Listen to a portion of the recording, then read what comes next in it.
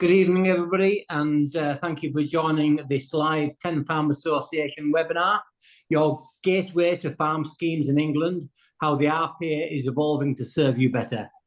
My name is Robert Martin, and I'm the National Chairman of the Tenant Farm Association, and tonight we'll be hearing from representatives from the Rural Payment Agency. We'll be joined by Paul Cauldwell, who is the Chief Executive, and Marie Hardeman, who is the Customer Director, and alongside Lynette Steel, who is the TFA's Farm Policy Adviser. Tonight's webinar will provide you with an opportunity to understand scheme delivery mechanisms and how you can work with the RPA to deliver the best results for your farms and for the success of the schemes. You'll also hear about what the RPA is planning to do to make the scheme's participation experience more smoother, more flexible and easier to navigate in the future. Whilst we wait for people to join this evening, I'd like to thank our event sponsors tonight, who are Roy Thorne's solicitors. Roy Thorne's have kindly agreed to support our TFA webinar events and knowledge exchange videos through until March of this year.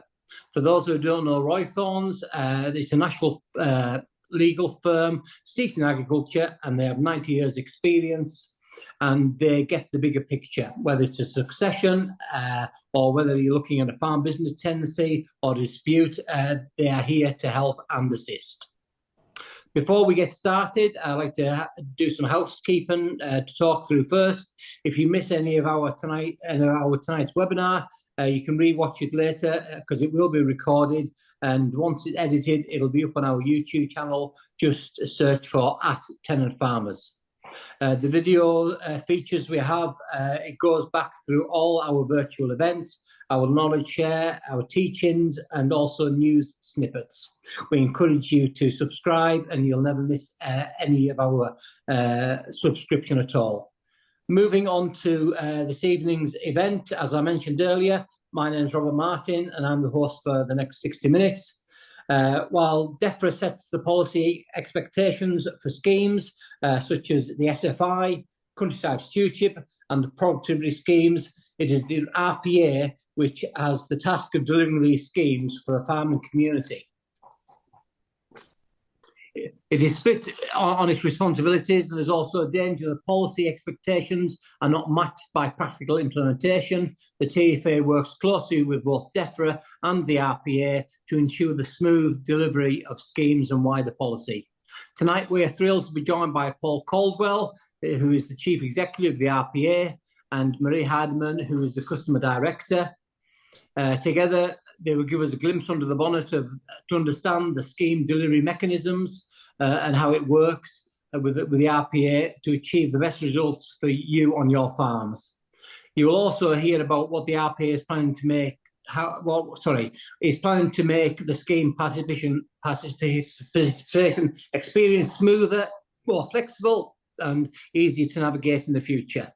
Before I introduce Paul and Marie, I'd like to share a bit of Paul's background. He's a Chief Executive Officer of the Rural Payment Agency, an arm's length body of DEFRA. Paul's civil service career includes 20 years experience within operation delivery, where he has been deployed in several roles, mostly in farming, and he's been in a senior leadership role for the last 14 years, becoming Chief Executive Officer of the RPA in 2017. He has used his delivery experience to improve the agency's performance and also transform its services by making the customer centre of the RPA concerns and priorities. Previous roles included leading the British Cattle Movement Service and Operation Director during Foot and Mouth Service. Paul was the Senior Responsible Officer for improving cattle tracing online and use in farming, and was responsible for the overseeing of the successful transfer of the countryside stewardship and environmental schemes within the RPA. Paul is currently overseeing the implementation of the schemes and grants under farming and countryside programme, including SFI and a range of productivity grants. Paul became the Senior Responsible Officer for the Livestock Information Programme and now the sponsor for the programme.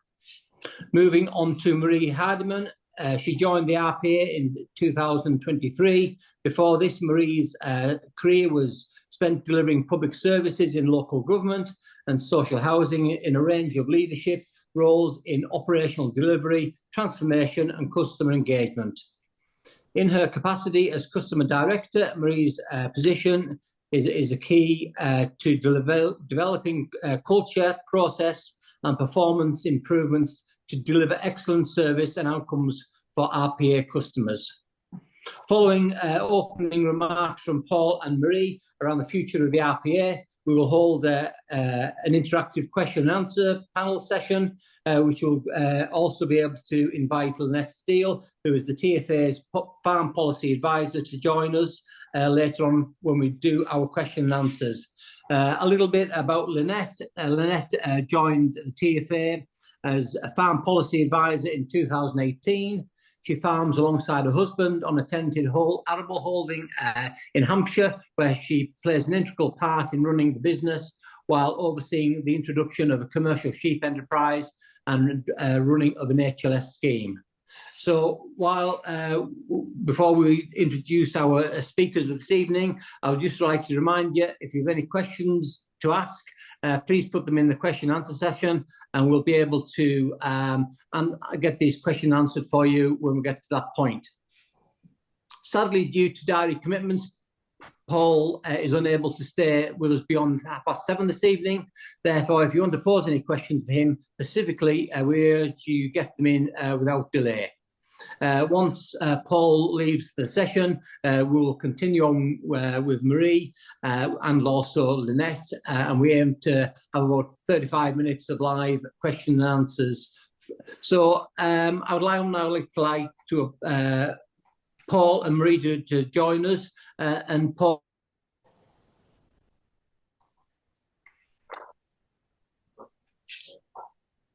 I think we suffered a bit of a glitch in signal there, Robert. But no problem. Thank you for the introduction. Hello, everybody. Good evening. I'm Paul Cauldwell, introduced already very kindly by Robert. I'm very pleased to be here to talk to you tonight, albeit briefly. So I'm going to talk a little bit about the kind of the role of the RPA, how we're evolving the service, and how we would like to see the future, and pick some hints and direction feedback from you. And we've got time for a little bit of Q&A as well. So if we go to the first slide. When I took on the role of CEO, we had just launched, we're in the second year after BPS was launched. It didn't go too well. And one of the things that beset us was not just the payments going out, but the number of under and over payments, and we had serious problems with farmer cash flow. So the very first thing we set about doing was looking at the way we provide our service through the lens of cash flow rather than process. And I think over those years we've improved our payment performance. We brought forward payment windows in all the schemes we administer. We've improved, I think, access to the schemes that we run, hopefully simplified the guidance, and through the administration of agri-environment schemes, some of you will recall CS in its early years, countryside stewardship in its early years, was a pretty tortuous affair. We think we've simplified those. We've got some really good data sets now, and use those to help us directly support in our scheme delivery, as well as providing support to sectors through representations and outlets such as this. Our kind of size and shape has remained broadly similar over the time, but the volume of things that we do has dramatically increased. We were predominantly a paying agency for the EU paying BPS schemes in the main, with a few grants here and there and a little bit of Pillar 2. Now, if I run through the list of the things that we do you want to move on to the next slide? The things that we do, we've got a range of grants, Farm Recovery Fund, Farm Technology Fund, the list goes on, SFI, through its various iterations, Countryside Stewardship, both mid and higher tier, dealing payments up until very recently, and as we know, that's pretty much on the way out, as well as maybe things you didn't quite know we did to do with livestock identification and traceability, maintenance of the data sets, and imports, exports, regulation, and assistance with things like intervention. So do you want to move on? Since then, I'm not going to run through all of these figures. It would take too much time. But the things that I've described, the kind of volumes and finances, but particularly striking are the level of agreements in environmental land management, or agri-environment as it used to be. We've gone from a few thousand to significantly more, and nearly half of the just over half of the previous BPS population. Next one. We have a range of customer services, and Maria will talk a little bit about that shortly. We still have the statutory obligation to regulate, but we've introduced scheme visits on an advisory capacity, which is something we weren't allowed to do before. And on livestock traceability, birth, deaths, movements, anyone who's got livestock will know about BCMS and sheep traceability. As Robert mentioned, I'm currently supporting in a kind of more supportive rather than formal project role, the livestock information traceability program. We've got a database that contains 2.7 million land parcels, which is about 75% of that should probably be rural land in England. Land in England, most of it is rural. Do you want to move on? Looking ahead, we've set a challenge of further transformation. So the journey thus far has all been focused on payment. We want to be more helpful. We want to be more focused on providing that help. We need better technology to do it, and we want to be able to use the data sets that I've just described in combination with that technology to make sure that activity is streamlined, helping improve both the service we provide, but also the policy design that goes into it. To do that, we need to build our capability and help the government deliver on its priorities. We've got quite a bit of experience, as Robert described. I've been around a while. As the intro photo to this presentation showed, that was me in an earlier iteration on the board of the then RPA some considerable years ago. But going back as far as working on the foot and mouth outbreak in 2001, where I was posted to the emergency centre in Carlisle. Not just have I been around a while, but a lot of people in the RPA have seen change over many a year, and we recruit in lots of places, specifically where we can, people who are connected with the rural economy or directly with farming. We're working cross DEFRA group with colleagues in Natural England, Forestry Commission, as well as DEFRA itself, to kind of deliver the outcomes we need. But we still think we've got work to do to build those better collaborations to try and develop more trust in people such as yourselves. And that's our challenge. And at that point, I'm going to hand over to Marie. Thank you. Brilliant. Thanks for moving the slide on. Hi, everybody. Lovely to be here. Thanks for inviting me. Some of you may remember me from last year where I joined you for a similar webinar. So tonight I'm going to talk to you a bit about how we've moved forward with our customer model and what's still to come. We've invested heavily in a customer area across RPA, recognising we've got some great people around the agency all focused on our customers. But actually some of the feedback from customers, from yourselves, from stakeholder organisations is that we feel like separate organisations at times. We can feel quite disjointed.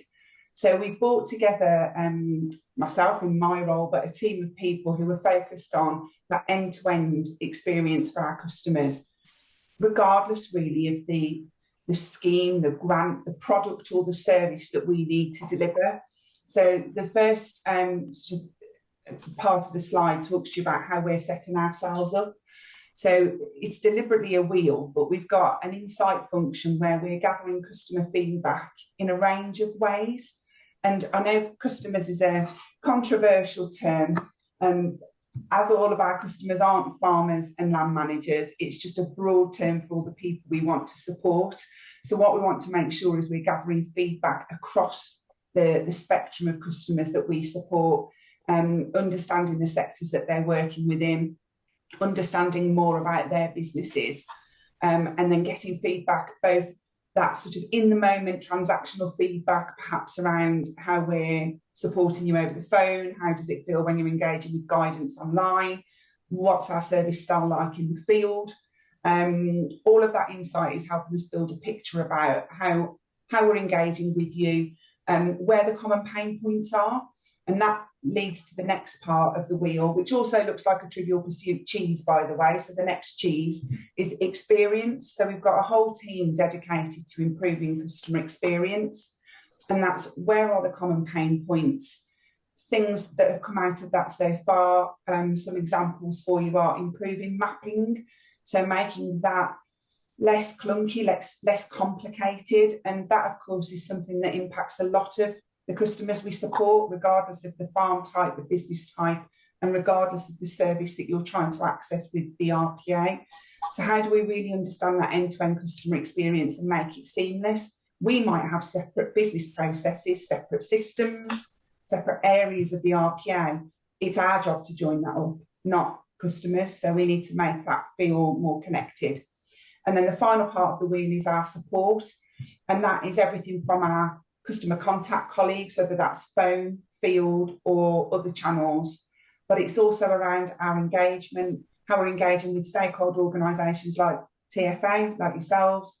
How are we out in, we've spent a lot of time in the last 12 months getting more local. So we've got some great national engagement mechanisms, but we've been getting out in auction marts, working with local rural hubs, mental health charities. So really trying to understand the regional differences for our customers and get that support in place.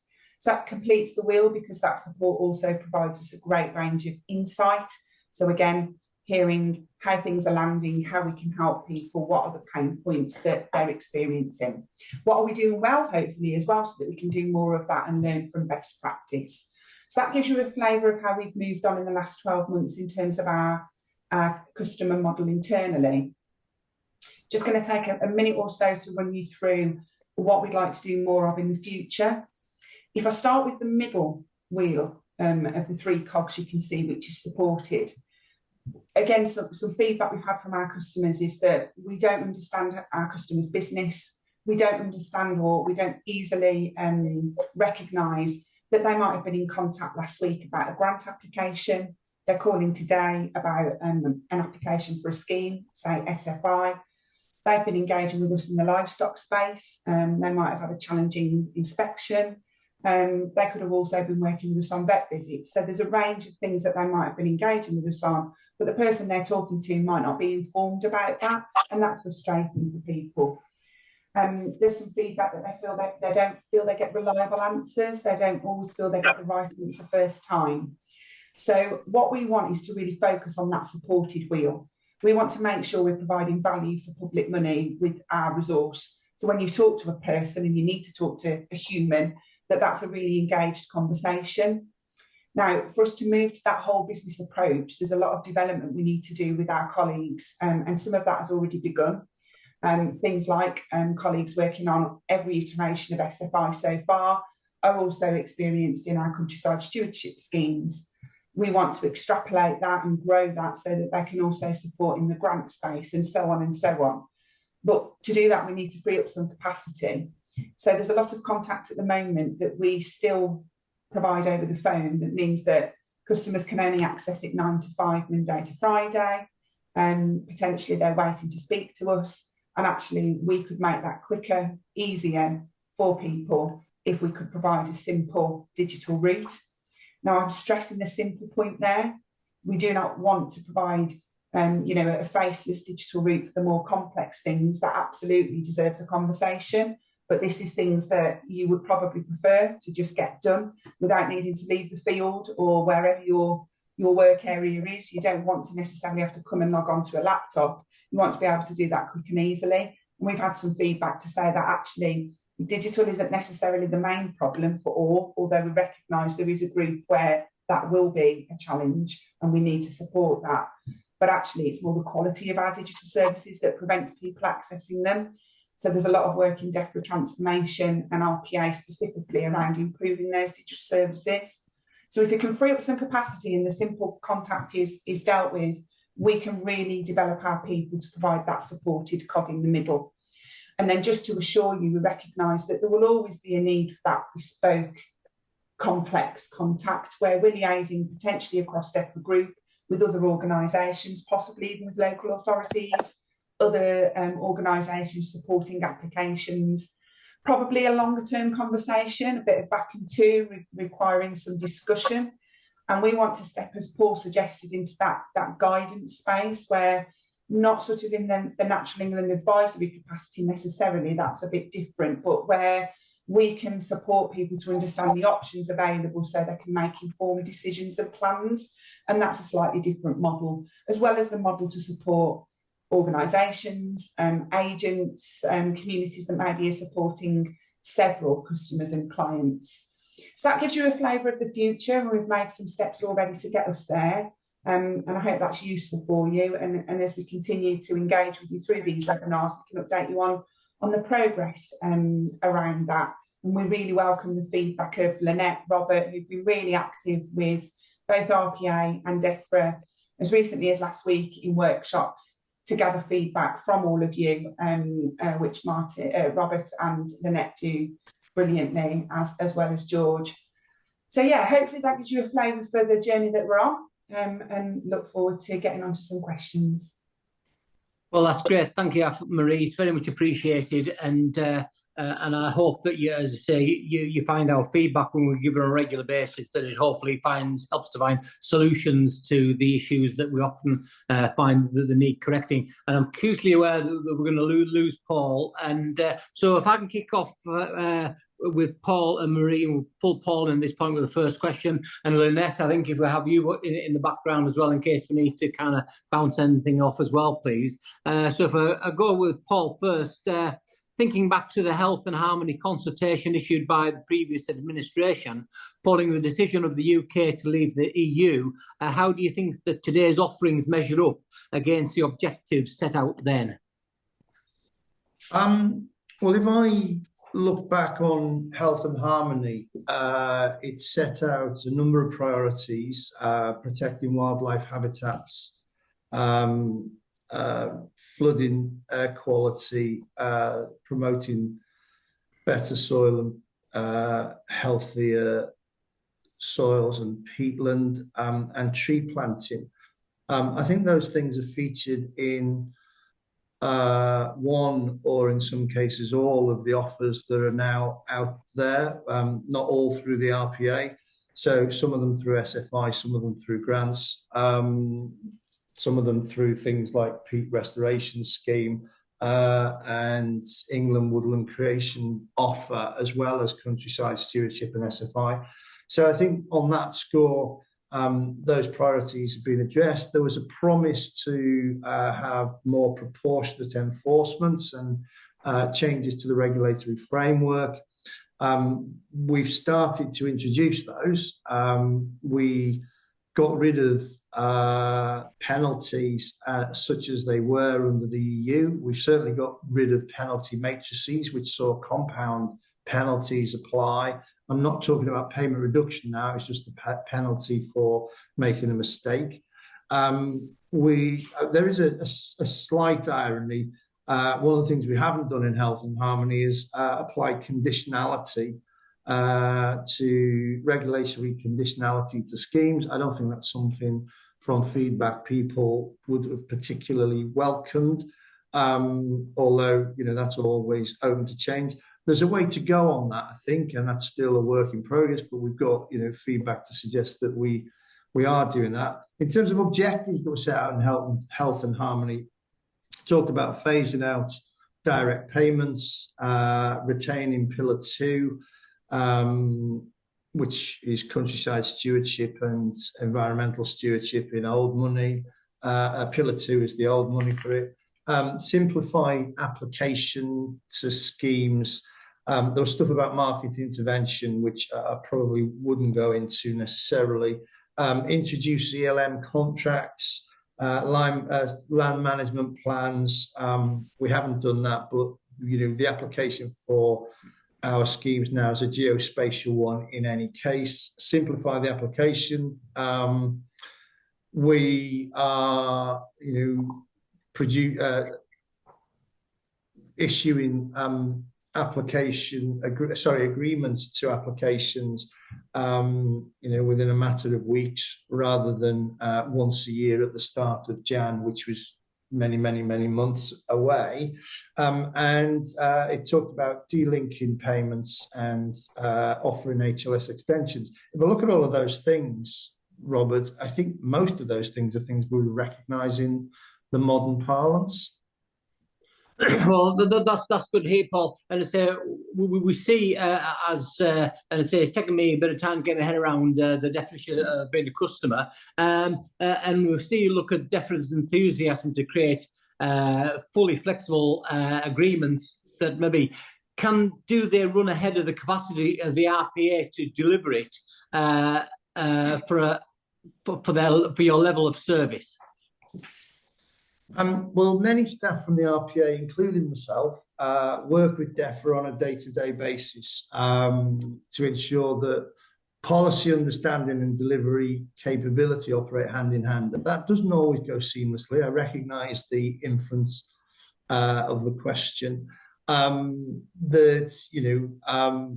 There are obligations for checking on managing public money, and if I kind of relate that to the sort of the tone in some of the questions in the open questions, I think people forget when we talk about leaving the EU that managing public money is a treasury manual that applies to all public sector, and we still have to do that, which means sometimes it's not as seamless as we would like. It doesn't mean we can't or we don't want to, but in some cases it takes a bit more time to implement than we can. So I think we do work hand in hand. It is an iterating scheme, as Janet Hughes has often referred to it as, and we'll continue to strive to improve it. I suppose with being a tenant organisation, we touch a little bit of that on data sets. Do you know how many tenants are applying for the schemes, and do you know how it actually works around the tenant sector? We don't have that data specifically, although we've got proxies for it, because for various reasons we can't. We look at the land and we can't link the customer registration with the status of the customer unless people voluntarily give us that information. So we sometimes ask, are you a tenant farmer? And we can kind of derive data from that. But again, we can only do that on a sort of de-linked level, if you like, so it can't be identified individually. It was something that came up during the ROC review, I recall. And so we introduced the question in the kind of invitation to offer, the EOI as it was called. But I think it does kind of go at the EOI stage, because we have the opportunity to kind of overlay some questions before we start. We don't do that on the main offering because it wasn't designed to be that. It was designed to be more slick than that. But it's certainly something we can look at. I think we would have to do it on a voluntary basis to give organisations such as yours, Robert, the information that you're looking for.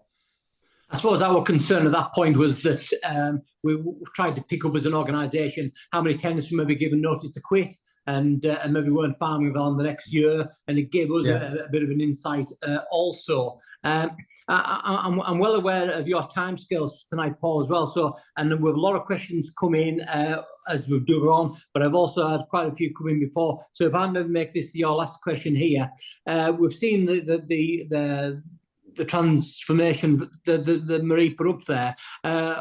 What can be done to extend what the RPA and the DEFRA work together on scheme development and also scheme implementation? Yeah, so I think, to reiterate the previous point, Janet Hughes, myself, the DEFRA team, my team are all part of the same DEFRA management team.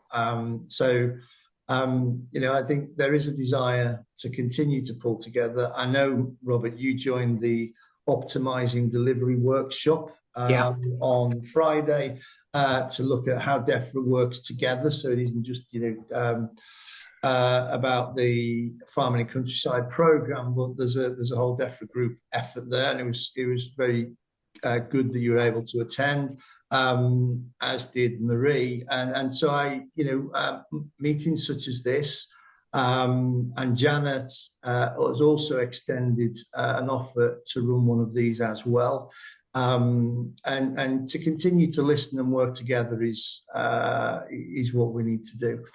If I might suggest, Robert, out of courtesy to the people that have asked questions, shall I have a little go at rattling through them, because I can read them, so I'll do that, and then it saves us a bit of time with the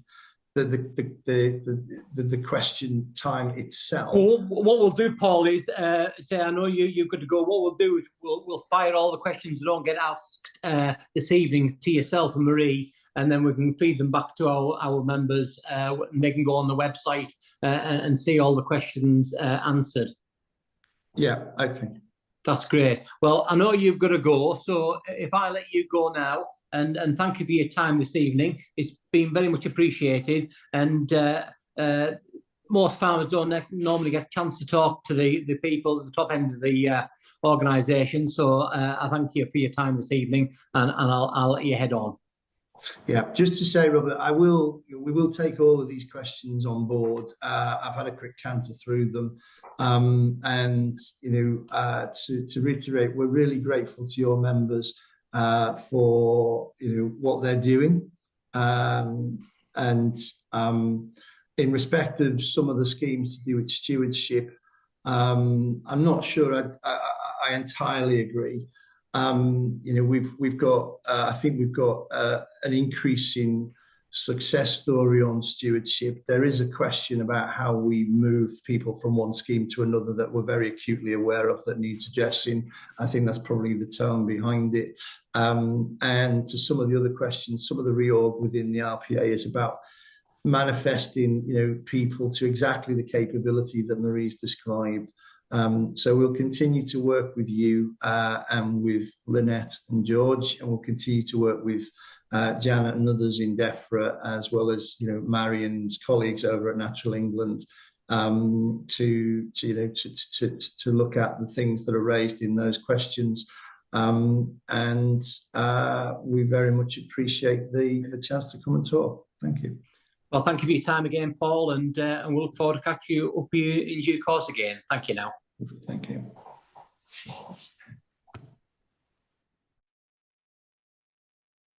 Right, well, we have Lynette and Marie here, and we have questions for both of you. And I think if I can kick off with you, Marie, if I can first. And this is something that comes into our office on a regular basis, and I think Lynette will want to pick up on this as well. When will it be possible for HLS agreement holders to move to SFI agreements without the risk of a lengthy gap in income from environmental schemes? Well, you're on mute, I think. Can you hear me? Yeah, you're back now. Thank you. Oh, thank you. Sorry, everyone. I'm not on mute, so please wave at me if I go again. Yeah, it's a really common question. I think, thank you. There's somebody that had put it in the chat, which is flying, by the way, so it's hard for me to keep track of that. So this is something that is being looked into for future iterations of the scheme. We've been providing lots of information to support ministers on how that could be possible, working with policy colleagues. It isn't available now, and it is unlikely to be this year. It's something that I know Janet has spoken on some of the stakeholder sessions that we have and other webinars about us, really putting forward that feedback about how difficult it is. What people can do, which has always been the case, but it's more and more common that people want to, is at the point that their agreement is ending, they can then apply, and the land becomes available very quickly for you to start an application for SFI, if that's what you wanted to do. The challenge is where you want to end an agreement early, and there isn't an easy mechanism to do that. And I've seen some of the comments that are around penalties, and Janet has been really clear on wanting to get something in place that's easy, that means that we don't have penalties, but if we've paid you for an agreement term and you're exiting that early, there needs to be a mechanism to recover that. That's different to a penalty. That's recovering what's been paid, not adding a penalty on, but that's not been worked through yet, and I know that's a huge source of frustration. Lynette, do you want to kind of come in here and the kind of feedback we're getting from our members and you feeding into the RPA team? Yes, thanks, Robert. It is obviously a huge point of frustration at the moment for anybody in a HLS agreement who either wants to move to higher tier, which isn't going to be available until later this year on an invitational basis, or just to move into a higher payment rate SFI agreement. And it's something that we've been bringing up with DEFRA and the RPA now for a good few, 6 months or so, I would say. We understand the challenges. I think one of the main challenges, Marie, correct me if I'm wrong, is that the systems are different. The actual computer systems are different. So there's some sort of transferring of data there that has to go on. And whether that has to be done manually, that creates problems. But one of the main things that I just pick up on there with Marie is I think sometimes a lot gets lost in the language, and I go on to Marie and Janet all the time that we need to speak to everybody in plain English rather than in what sometimes is policy talk. And Marie's picked up there about the penalties. I don't think that's always really clear, that there is exiting abilities at certain times. So maybe that's actually something that we could work on together, Marie, is to just tidy up that language, because I think there's a lot gets lost in translation. And maybe that's where some of the frustration comes from as well, that people feel like they can't leave because then they'll receive a penalty, which while they're stuck in a legacy scheme, feels additionally unfair that they think that they'll receive a penalty if they leave that exit scheme. So maybe that's a work stream that we can pick up on together to make that clearer for everyone. Yeah, absolutely. I think, like you said, and as a non-policy person, as you heard at the start, my career is in local government. I'm not a policy colleague of DEFRA. It's really important that we simplify the language. Just to pick up on your point about the challenges about moving between schemes, whilst there are different system platforms, it's actually more than that. It's if you want to end an agreement early, every situation will be different. It's okay, what did you commit to doing? These are ambitious agreements, and we're really grateful for people who are in them, they're to deliver fantastic outcomes. So it's then understanding, well, what has and hasn't been delivered? What do you want to do in the new agreement? How does that work out? There's a lot of things to be calculated. So the actual once you end one, if it's clean and you're due to end anyway, and then you apply on a new one, that system bit's there, that works. It's the mechanism between the two, and it's priorities. That's where we're trying to inform, as civil servants, inform ministers. So I hear you loud and clear. As Lynette said, we're on several conversations together where we want to really articulate in simple language to ministers the impact that this has. I'm conscious you've got bags of questions. There's also the case where there are SSSI elements, things like that. We know that species-rich grassland is one of the actions. I'm not going to pretend to know every combination of actions that people want to do in our new offer, but we know that these are likely to be popular, and both require either consent or endorsement, which adds just another layer to be worked through on how we make sure that that's simple. Well, thank you for clearing up that point on there. I suppose quite a lot of questions this evening regarding capital grants. And as I made in my introduction there, the RPA is responsible for the delivery. When will the valid capital grant applications be released, now being withheld for 2 months?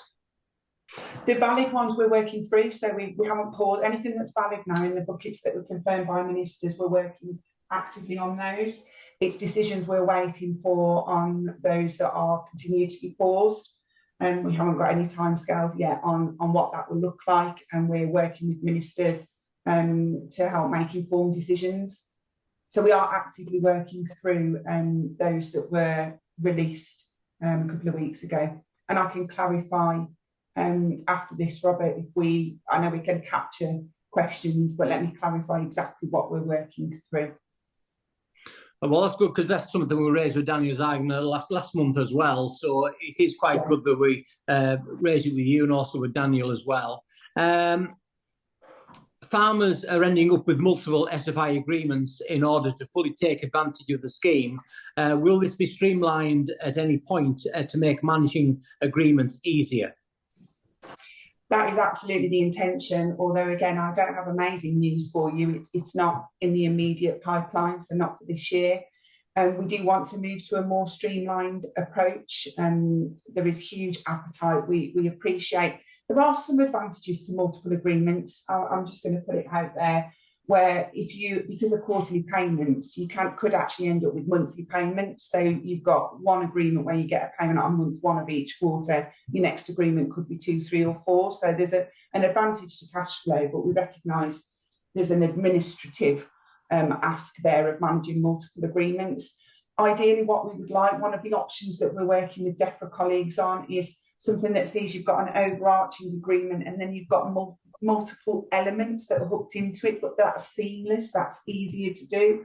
This would allow for that sort of, depending on the way your business and your farm's working, there will always be seasonality and different dependencies you've got, where there might be different elements you want. So there might be appropriate times for a different start date.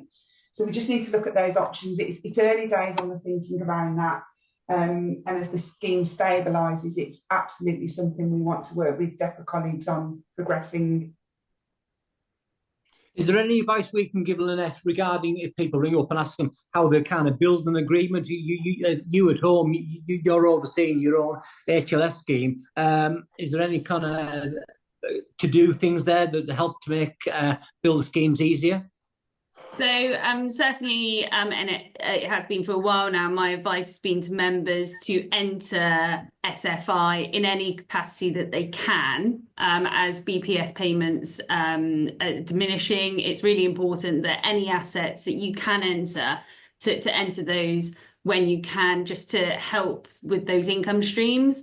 You can then, as Marie has said, and it has been asked in the question, add multiple agreements, which does make it very messy, and it does make it quite difficult to manage, but it does mean that you can continue to increase, hopefully, your revenue coming from the schemes.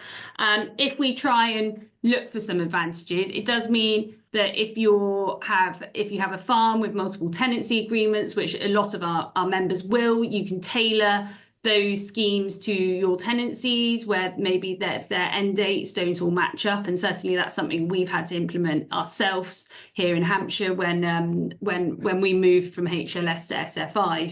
So there are some advantages. I like Marie's thought that we can have a payment once a month. That would be really lovely, but I haven't quite managed to. I don't think my brain has got around being able to do that yet.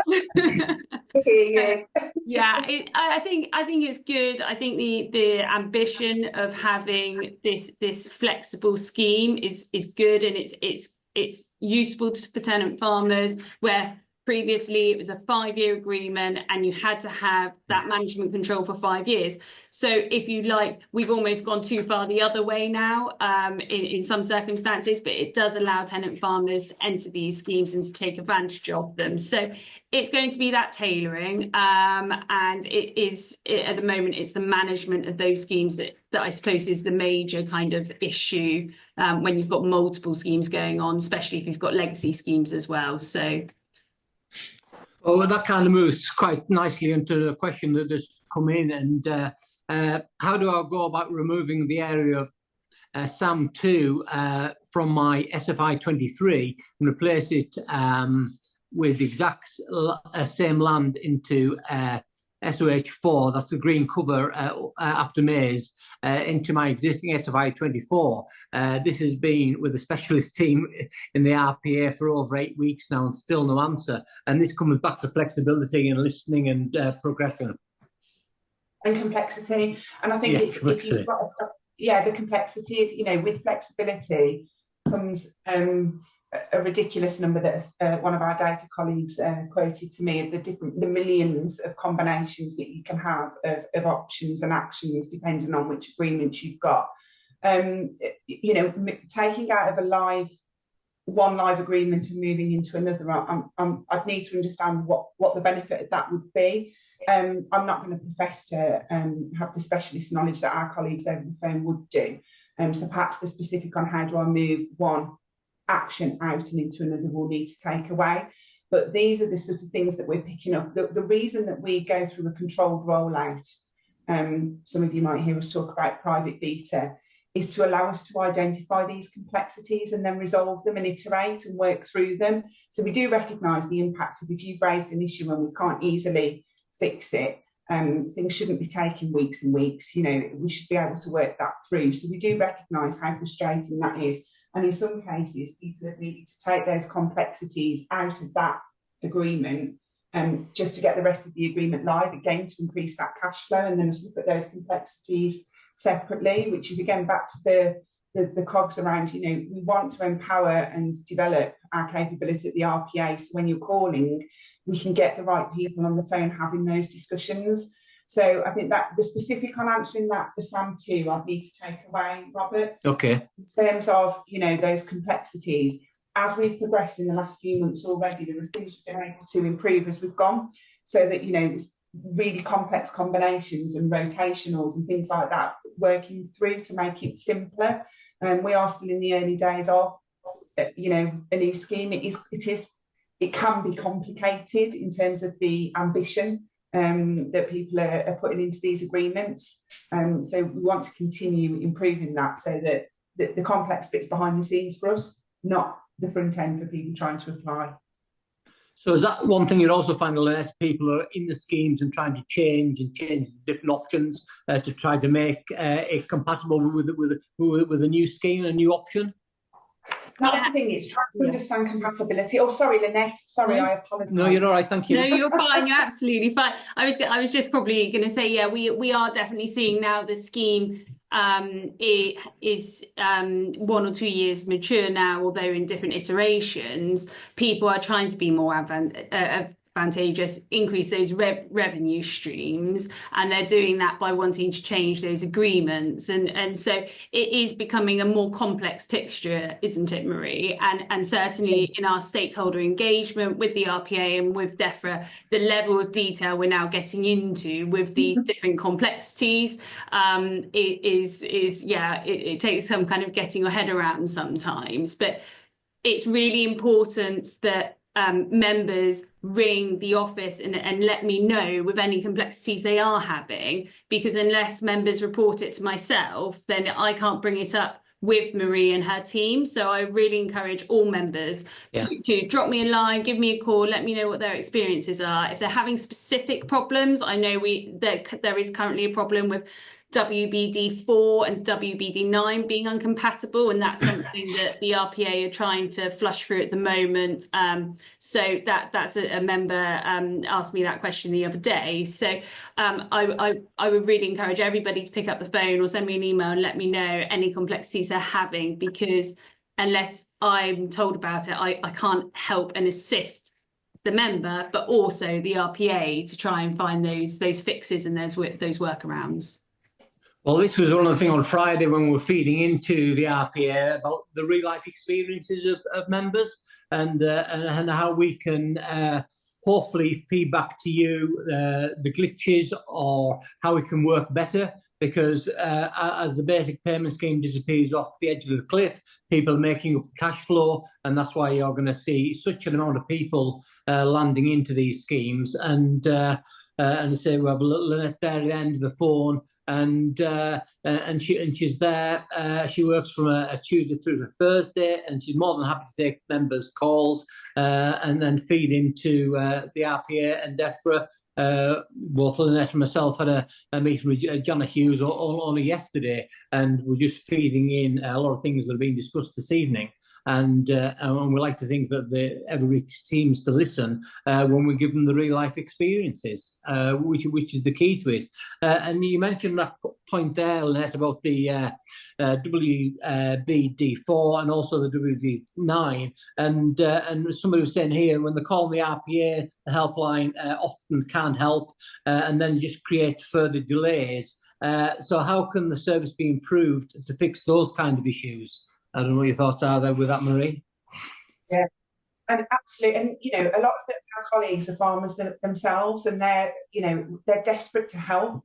So we need to make sure that we get the right people at the end of our phones that can support with that, like I said, that whole business approach. And I know there have been some comments in the Q&A chat around the level of service. We recognise that we need to develop that service so that people feel they can trust the answers they're getting. But what we want to make sure is if someone doesn't know the answer, they do go to the experts. What we want to make sure is we've got more experts, So sometimes with these complexities, it is right that the person that initially answers the phone might not be able to give an answer there and then, but we'd rather them get that to the right team to get the accurate answer quickly. And I think quickly is the key there that I'm picking up in the chat, some of the comments being made. You don't want to be waiting days and weeks.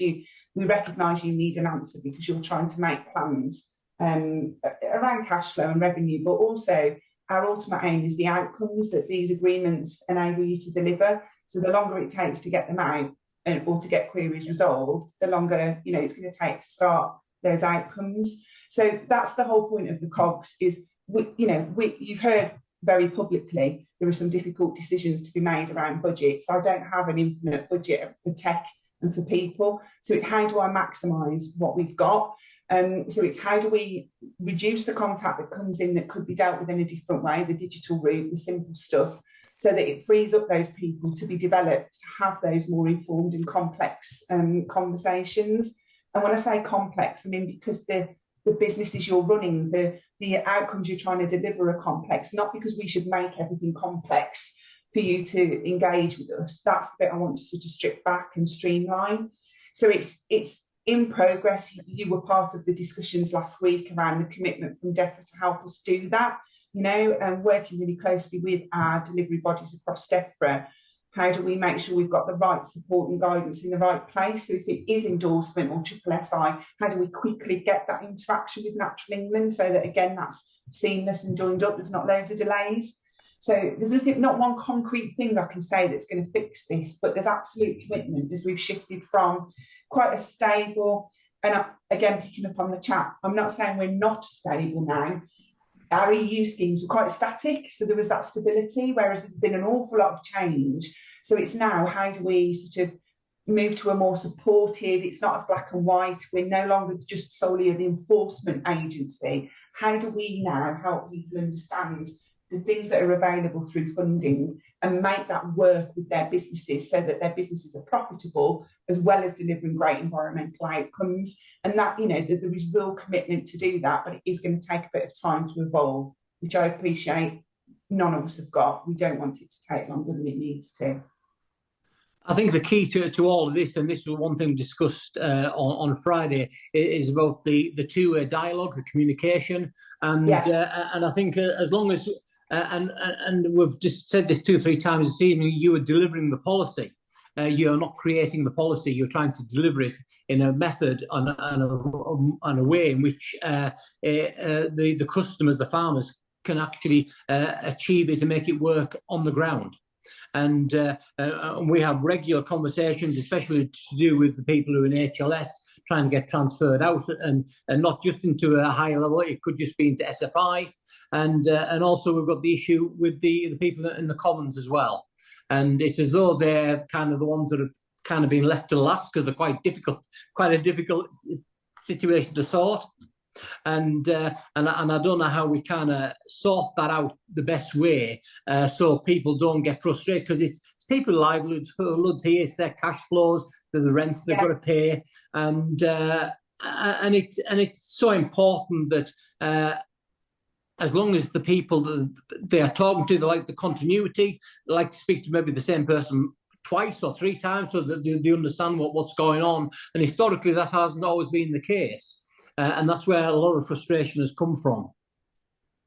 Completely. And I think there's something around it. We might not be able to ever get to a model where you speak to the same person every time, but how do we make it feel like that so that the person you're speaking to can see? That sort of example I gave at the start of us not being aware of the recent interactions you've had with RPA, let alone DEFRA Group. And actually that is something that we're changing, and we're using technology to help us with that.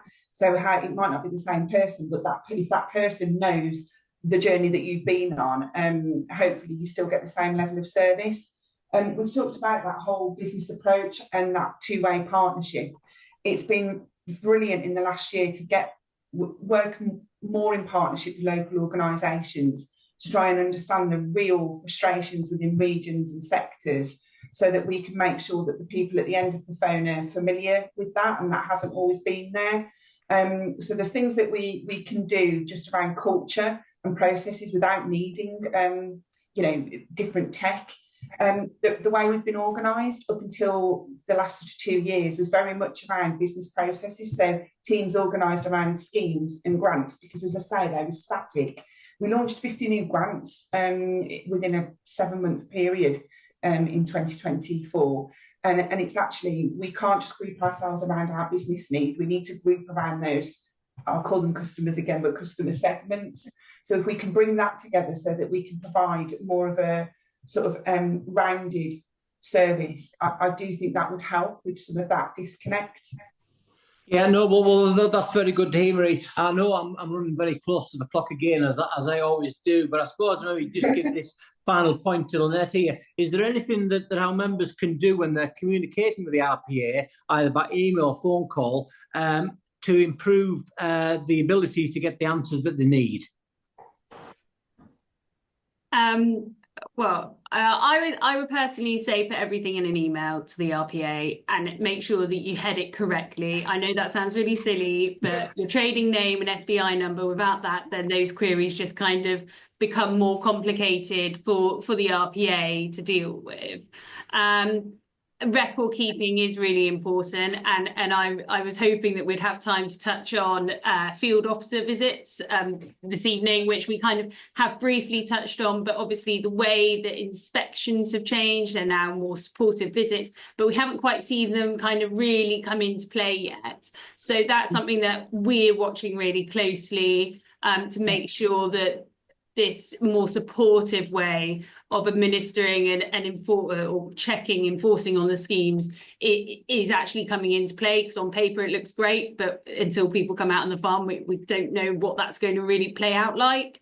I think record keeping, and like I say, with emails, it just makes it easier for you to keep your timelines if there is then a bigger problem down the line. Marie and I do come into situations where we have some really tricky cases which have been going on for years, and actually the value of having a strong timeline by emails or just by keeping a diary is really helpful when we're trying to flush out those details. But I'm sure Marie's got some advice as well.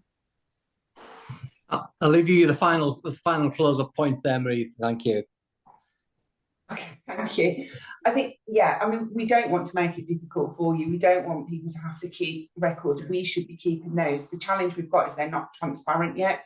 What I'd love is that we get to a position where you can then view that and almost check that we've recorded it properly for you, rather than you need to duplicate and keep those records. You know, we're all consumers of multiple things. We're customers of lots of organisations. We're used to that sort of the Amazon journey where you can almost see which shelf it was on in the warehouse, you know, which van it's in, what's the name of the person delivering it to your door. I'm not for a second trying to oversimplify our customer experiences. We're not Amazon, nor will we be. But there's something about us being able to present those interactions so you can see, and that isn't there yet. You know, the notifications that come through via the portal aren't the friendliest to interact with. So, you know, it's really great advice from Lynette. My role is to try and make sure you don't need to do that. We can present it back to you. And that's one of the requirements we're looking at and working with DEFRA on for the future. Well, I think that's a super point to close on this evening. I'd like to thank tonight's speakers, Paul Cauldwell and Marie Hardeman, and our own Lynette Steel for their time this evening, and also to thank our event sponsors, Roy Thorne Solicitors. Before signing off, I'd like to just remind you that our next webinar is on Wednesday, the 26th of February, and it is how to avoid fatal breaches to my farm tenancy. And our guest speaker that evening will be Catherine Taskis, KC, who is a top property litigation specialist with expertise in agricultural landlord-tenant property disposal disputes. And as ever, it is a free webinar. So if you register with the office, then you'll be able to come along and listen to that. So I hope that you found this evening's webinar useful, and thank you for attending, and good night.